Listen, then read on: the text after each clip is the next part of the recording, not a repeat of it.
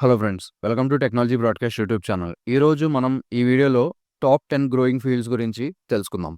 So, ఈ fields అనేవి next decade or at least 2 decades వరకు గ్రో ఉంటాయి అని నా ఒపీనియన్ యాస్ వెల్ యాస్ ఇండస్ట్రీలో చాలామంది ఎక్స్‌పీరియన్స్‌డ్ పీపుల్ ఒపీనియన్ కూడా. సో, ఇప్పుడైతే వీడియోలోకెళ్ళిపోదాం. Number 1 AI and it's related or sub fields.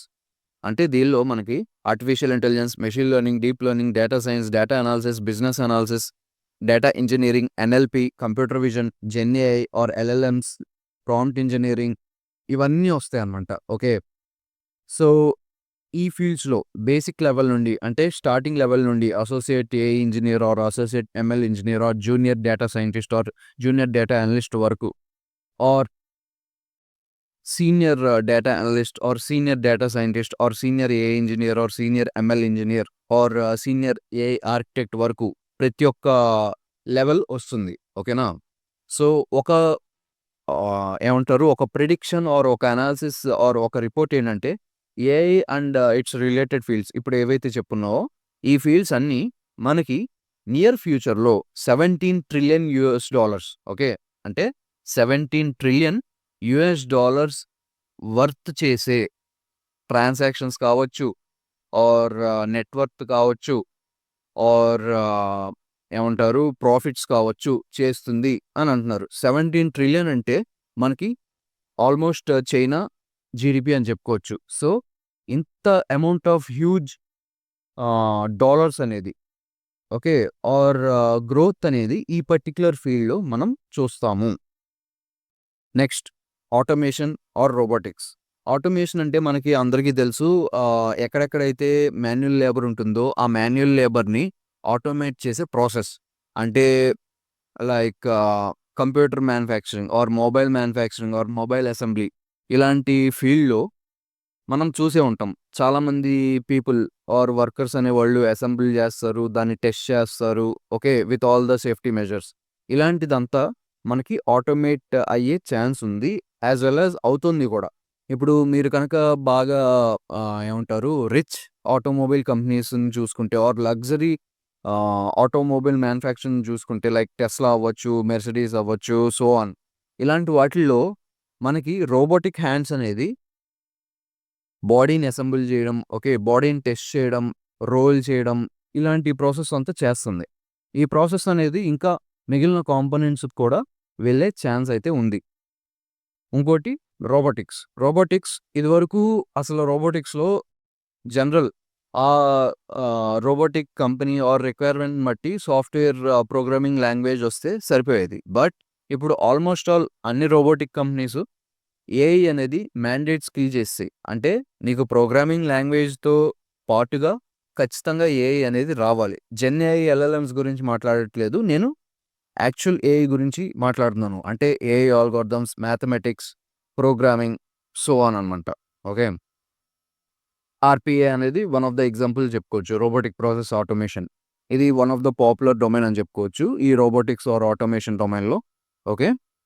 Next software or application development. అదేంటి బ్రో అసల చాలామంది పెద్ద పెద్ద యూట్యూబర్స్ ఆర్ చాలా పెద్ద పెద్ద కంపెనీస్ ఆర్ ఏమంటారు పెద్ద పెద్ద సెలబ్రిటీస్ ఆర్ ఈ మధ్య కాలంలో యాడ్స్ సాఫ్ట్‌వేర్ ఇండస్ట్రీ అనేది పోతుంది. నెక్స్ట్ ఒక 5 ఇయర్స్ తర్వాత సాఫ్ట్‌వేర్ అనేది ఉండదు. సాఫ్ట్‌వేర్ డెవలప్‌మెంట్ ఉండదు. సాఫ్ట్‌వేర్ డెవలపర్లు అందరూ జాబ్‌లు పోగొట్టుకుంటారు.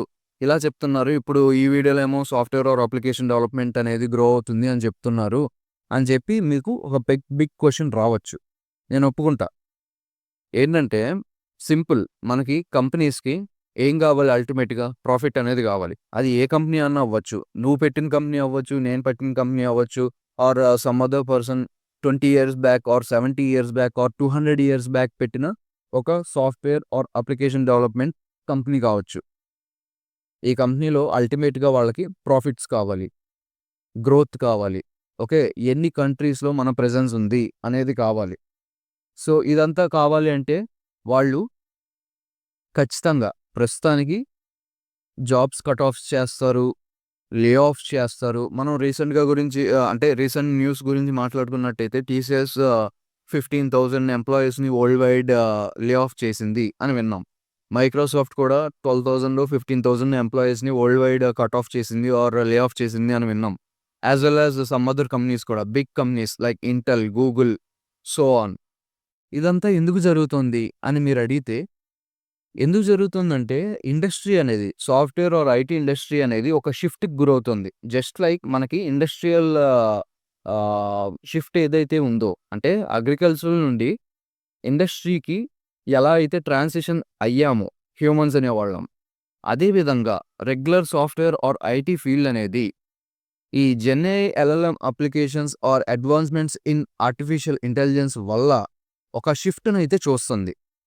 ఆ షిఫ్ట్‌లో భాగమే ఈ layoffs and cutoffs. Okay.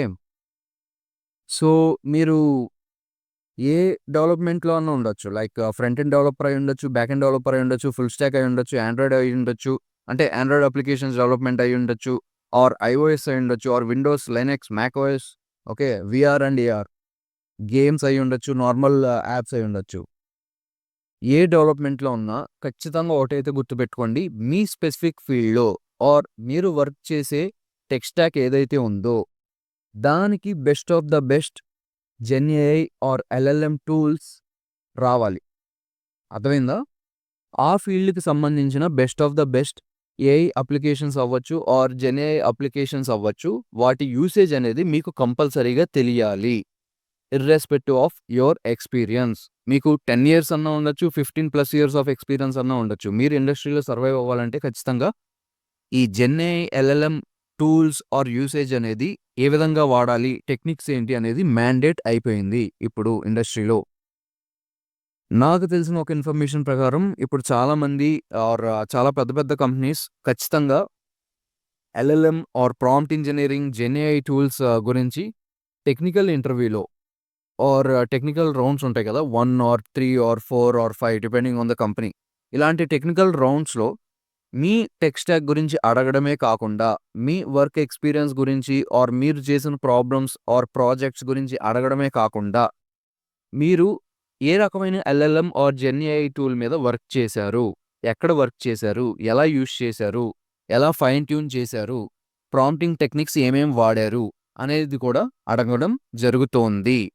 And కొన్ని కొన్ని కంపెనీస్ అయితే ఈ పర్టిక్యులర్ ఏదైతే చెప్పానో జెన్‌ఏఐ, ఎల్ఎల్ఎమ్స్ అనేది అది మ్యాండేట్ చేసేసాయి.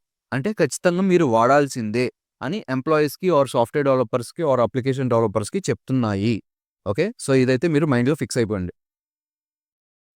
హార్డ్‌వేర్.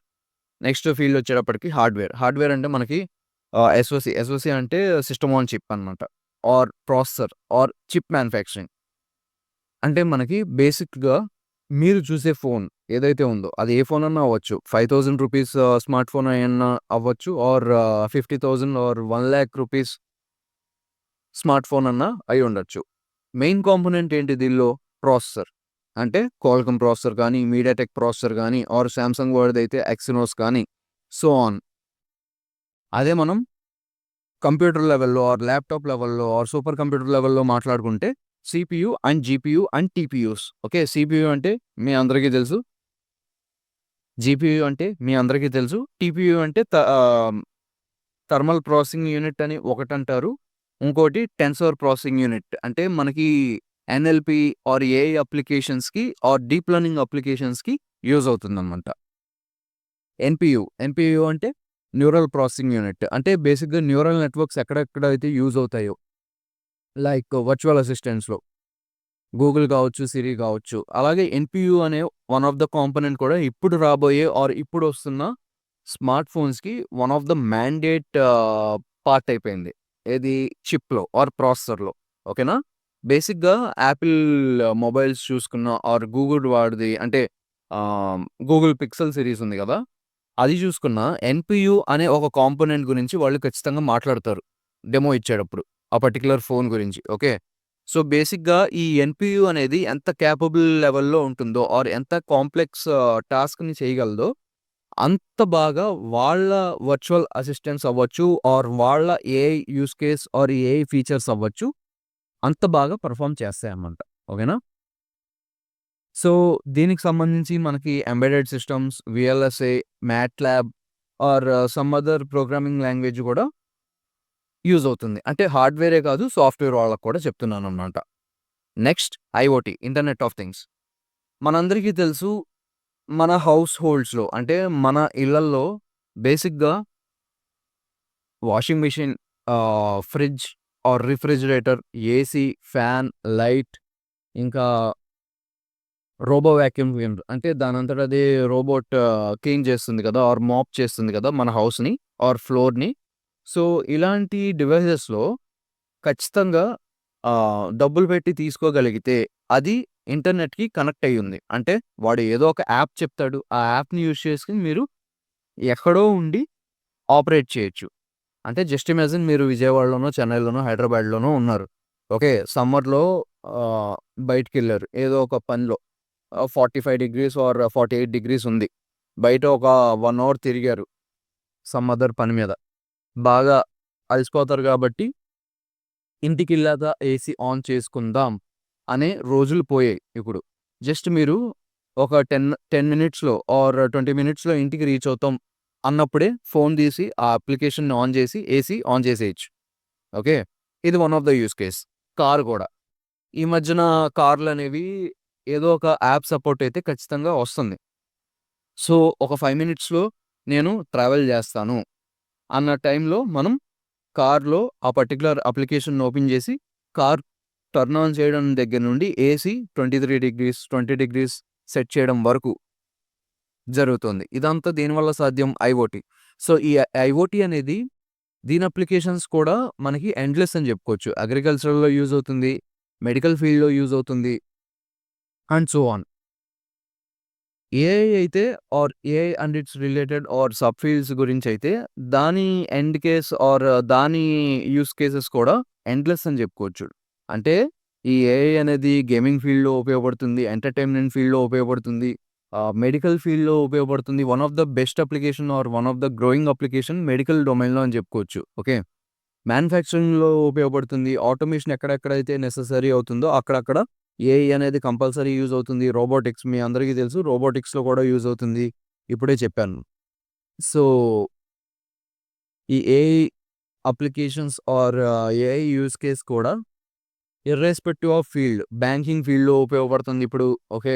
హెడ్జ్ ఫండ్ అంటే హెడ్జ్ ఫండ్స్ బ్యాంక్‌లు ఏవైతే ఉంటాయో ఆర్ కంపెనీస్ ఏవైతే ఉంటాయో వాటికి కూడా ఉపయోగపడుతుంది. అండ్ సో ఆన్ అనమాట. దీని యూజ్ కేస్ అనేది ఎండ్‌లెస్. ఆల్మోస్ట్ ప్రతి ఫీల్డ్‌కి ఉపయోగపడే ఛాన్స్ ఉంది. Next cloud. ఈ క్లౌడ్‌లో మనకి క్లౌడ్ ఆర్కిటెక్ట్స్ ఉంటారు. క్లౌడ్ ఇంజినీర్స్ ఉంటారు. క్లౌడ్ అనలిస్ట్ ఉంటారు. క్లౌడ్ యాప్ సపోర్ట్ అనలిస్ట్స్ ఉంటారు. సో ఆన్ అనమాట. బేసిక్‌గా మనకి ఒక పాయింట్ ఆఫ్ టైమ్ తర్వాత సాఫ్ట్‌వేర్ అంటే హార్డ్‌వేర్ అనేది సరిపోకపోవచ్చు. అంటే 10 టీబీ ఉండొచ్చు. మీ కంప్యూటర్‌లో ఆర్ మీ ల్యాప్‌టాప్‌లో ఆర్ సూపర్ కంప్యూటర్‌లో. బట్ స్టోరేజ్ అనేది యూసేజ్ పెరిగే కొద్దీ స్టోరేజ్ గూడా ఫిల్ అవుతా వస్తుంది గదా! సో, అలాంటప్పుడు మనం ఎప్పటికప్పుడు హార్డ్‌వేర్‌ని రీప్లేస్ చేయగలమా? ఆర్ చేయలేం కదా! ఎందుకంటే మేబీ ఆ పర్టిక్యులర్ హార్డ్‌వేర్ అంటే ల్యాప్‌టాప్ కావచ్చు, కంప్యూటర్ కావచ్చు ఒక సర్టెన్ అమౌంట్ ఆఫ్ లిమిట్ ఉంటుంది. ఆ లిమిట్ దాటిన తర్వాత కంపల్సరీగా క్లౌడ్ టెక్నాలజీని ఆప్ట్ చేసుకోవాల్సిందే. ఇది క్లౌడ్ స్టోరేజ్‌కి సంబంధించి. క్లౌడ్ కంప్యూటింగ్ కూడా one of the use case. Cloud computing అంటే అగైన్ సేమ్ మీ ల్యాప్‌టాప్ కావచ్చు, పీసీ కావచ్చు, ఆర్ కంప్యూటర్ కావచ్చు, ఆర్ సూపర్ కంప్యూటర్ కావచ్చు, ఆర్ గేమింగ్ కంప్యూటర్ కావచ్చు, ఆర్ గేమింగ్ ల్యాప్‌టాప్ కావచ్చు. ఒక పర్టిక్యులర్ కాంప్లెక్సిటీ వరకే పనిచేస్తుంది. ఆ పర్టిక్యులర్ లిమిట్ దాటిన తర్వాత మీ ల్యాప్‌టాప్ ఆర్ మీ డివైస్ అనేది అంత బాగా పని చేయకపోవచ్చు.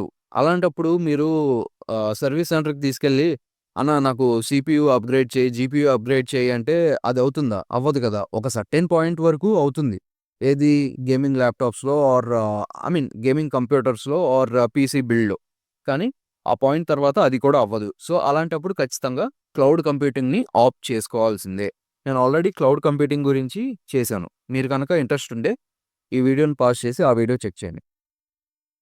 Next entertainment industry. Entertainment industry అంటే మనకి యానిమేషన్ 2డీ, 3డీ animation or combination of both అనమాట.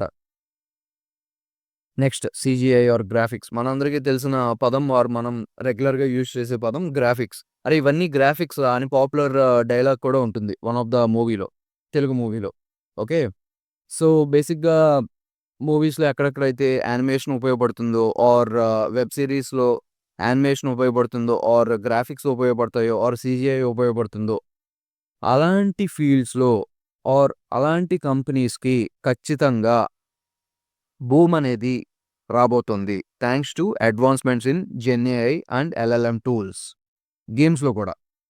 దీనికి అడ్వాన్స్ లెవెల్ ఆర్ నెక్స్ట్ రాబోయే లెవెల్ ఏంటంటే AR, VR, MR virtual reality, augmented reality, mixed reality. దీని గురించి కూడా నేను ఆల్రెడీ వీడియోస్ చేశాను.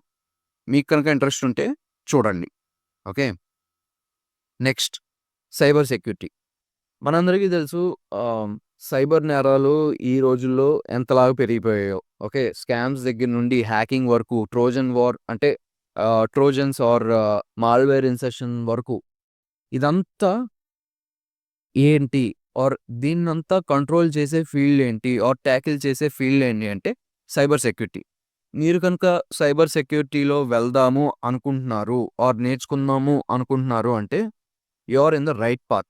ఎందుకంటే ఏఐ అనేది ఎంత లెవెల్‌లో అడ్వాన్స్ అవుతుందో అంత లెవెల్‌లో cyber security or cyber security experts ఏమంటారు అవసరం అనేది కంపెనీస్‌కి ఖచ్చితంగా వస్తుంది. అలాంటప్పుడు మీరు బెనిఫిట్ అయ్యే ఛాన్స్ ఉంది. Next quantum technology. AI and SOC అంటే హార్డ్‌వేర్.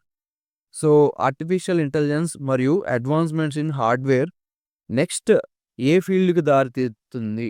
ఆర్ నెక్స్ట్ హ్యూమన్స్ ఏ ఫీల్డ్‌లో బాగా గ్రో అయ్యే ఛాన్స్ ఉంది? అంటే క్వాంటమ్ టెక్నాలజీ అని చెప్పుకోవచ్చు. Quantum computers, quantum computing. Okay. Hardware లెవెల్‌లోనే కాదు, సాఫ్ట్‌వేర్ లెవెల్‌లో కూడా. ఒక క్వాంటమ్ కంప్యూటర్‌ని క్రియేట్ చేస్తే ఆర్ ఇన్వెంట్ చేస్తే ఆర్ తయారు చేస్తే దానికి క్వాంటమ్ ప్రోగ్రామింగ్ లాంగ్వేజ్‌లో కోడ్ అనేది రాయాలి. సో, మీరు ఎగ్జాంపుల్స్ ఆల్రెడీ చూసే ఉంటారు. లింక్డ్ఇన్‌లో కనుక quantum engineers or quantum technology ఇలా మీరు సెర్చ్ చేస్తే కొంతమంది researchers especially PhD, MTech or MS చేసిన ఫెలోస్ ఐబీఎంలో ఆర్ గూగుల్ మైండ్‌లో ఆర్ ఓపెన్ ఏఐలో ఆర్ మైక్రోసాఫ్ట్‌లో ఇలాంటి పెద్ద పెద్ద కంపెనీస్‌లో క్వాంటమ్ ఇంజినీర్స్‌గా ఆల్రెడీ కొన్ని ఇయర్స్ బట్టి వర్క్ చేస్తున్నారు. సో, ఈ ఫీల్డ్‌లో కూడా మనకి రిసర్చ్ అనేది గోయింగ్ ఆన్ అవుతూ ఉంది. అండ్ గ్రోత్ కూడా చూస్తున్నారనమాట. ఇండియా స్పెసిఫిక్‌గా మాట్లాడుకుంటే క్యూపై అనే ఒక కంపెనీ. ఈ కంపెనీ ఏంటంటే క్వాంటమ్ ఇంజినీర్స్‌ని తీసుకోవడం, రిసర్చ్ ఇంటర్న్స్‌ని ఆర్ రిసర్చ్ ఇంజినీర్స్‌ని తీసుకోవడం ఇలా చేస్తుందనమాట. ఎందుకంటే నెక్స్ట్ బిగ్ థింగ్ క్వాంటమే మనకి. సో, ఆ క్వాంటమ్ మీద ఆల్రెడీ చాలా పెద్ద పెద్ద కంపెనీస్‌తో పాటు కొన్ని కొన్ని స్టార్టప్స్ అండ్ కొన్ని కొన్ని మిడ్ లెవెల్ కంపెనీస్ కూడా వర్క్ చేయడం మొదలుపెట్టాయి. Next DevOps. డెవాప్స్ అంటే nothing but development plus operations. అంటే మనం ఏదైతే సాఫ్ట్‌వేర్ అప్లికేషన్ ఉందో అది ఏదన్నా కావచ్చు. ఫ్రంట్ ఎండ్ కావచ్చు, బ్యాక్ ఎండ్ కావచ్చు, ఏఐ అప్లికేషన్ కావచ్చు, ఎంఎల్ అప్లికేషన్ కావచ్చు, ఆర్ ఐఓటీ అప్లికేషన్ అవ్వచ్చు, ఆర్ గేమ్ అవ్వచ్చు. ఓకే.